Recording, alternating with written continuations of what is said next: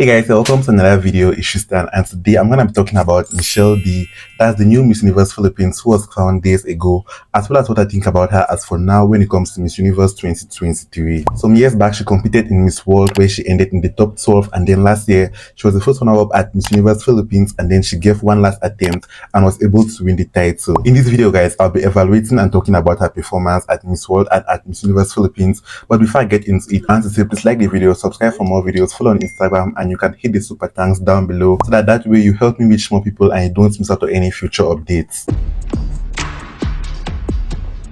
I'm going to talk about her performances in her previous pageants, Miss Universe Philippines this year, as well as some final thoughts and what I think about her in general. At Miss World 2019, she won several awards, and I'll say that she was simple back then as compared to the way it is now. And I think in general, it's just because Miss World is all about being an ambassador and advocating. What I really liked about her that year was the head-to-head challenge. She was so authentic, unique when she was talking about herself, her voice, and her background, and it was soft also. I really enjoyed her tone so much and the way she was speaking. She eventually got to win the head-to-head challenge and finished in the top 12 at Miss World, so I think that's a huge accomplishment that she has there already. At Miss Universe Philippines last year, Michelle was one of those who was heavily supported by the fans. I really enjoyed her look that year with the short hair. It was so daring, but generally it looked good on her and it fit her so well. At the preliminary, she won several special awards, and then at the finals, she just kept on placing and moving forward until the end. She finished as the first runner-up, and I'll say in general, that night her performance was so unique and it stood out. I was so happy when I saw that Michelle decided to compete again at Miss Universe Philippines one last time, and this year,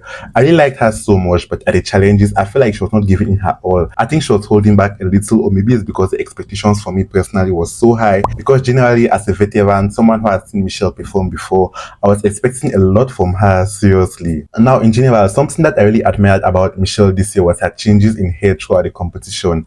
Like we saw her with long hair, short hair, long hair, short hair, and I really enjoyed that a lot. I think it was diverse and at the same time she was standing out, so I think it was so unique for her. At the swimsuit competition, I enjoyed her work so much, and personally, I think the hair was not 100% in order to me because it was a little bit scattered, you know, but nonetheless, I enjoyed her performance, I enjoyed her work, but I still could not help but just feel that she could give more. At the evening gown, guys, I really enjoyed it so much. I think that's the thing that impressed me a lot that night that I can never forget.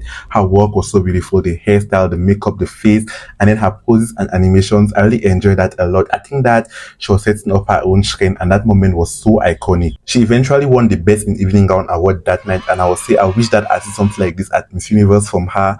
I don't care whether it's preliminaries or finals, but I just want to see something this iconic at Miss Universe. Seriously, I think it's going to put Philippines back up at Miss Universe. When it came to the question and answer session, I really enjoyed her there so much. She was so bold, so consistent with her answering, and her answers were of quality, and I enjoyed that a lot. Like, she owned the room when she was talking, and I just enjoyed that so much. Now I want to say what I think about her in general when it comes to Miss Universe this year. Michelle is 28 years old. She has experience in pageantry both nationally and internationally, and she comes from a pageant and showbiz family. Her mom, Melanie Marquez, I think she was Miss International before, so I think that that's some experience and some advantage for her. Her advocacy is all about autism and autism awareness, and I enjoy that a lot, and it's close to her because she grew up with two autistic siblings. I think that advocacy is so unique because I hardly hear this in pageantry, so I think that it's really something unique and can work well for her. Something I really admire about Michelle is her transformation and her glow up. Like, ever since the Miss World days, like right now she's different. She has found her signature look. I love the short hair, I love the look so much.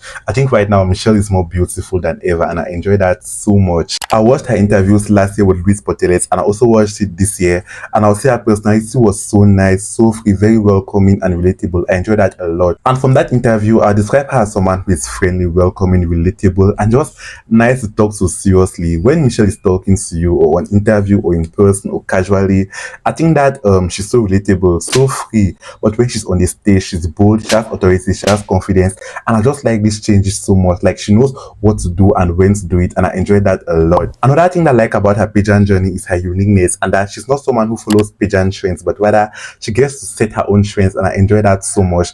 I think that if this works at Miss Universe, I think she can have another Katrina Gray iconic moment for the Philippines, seriously, because so far in pageantry, I don't think there's anyone that can say performs like Michelle or is similar to Michelle. I just think she's her own person, like she's Michelle Dee, and I enjoy that so much. When it comes to stage presence and runway, I'll say she's doing so well and has improved a lot as compared to last year. And I also enjoy her dress choices. I think that's so great and they reflect the Michelle Dee, seriously. So I think going to Miss Universe, she can use that, but definitely there's room for improvement. Then for speaking and interviews, like I said before, I've watched her her interviews. At Miss World, she won the head-to-head challenge, and then last year she was the first runner-up, and this year she won the crown. So definitely, I have no doubt that for this round, Michelle is going to do so well. Now, in general, I think she has to prepare and improve so well for Miss Universe, and I think it's going to happen because Philippines in general, they train their girls from head to toe. They touch every single detail. So I have no doubt that at Miss Universe, she's going to be stunning and she's going to do so well. And right now, I think she's the first on my list for Miss Universe. So definitely, she has an edge over the other ladies.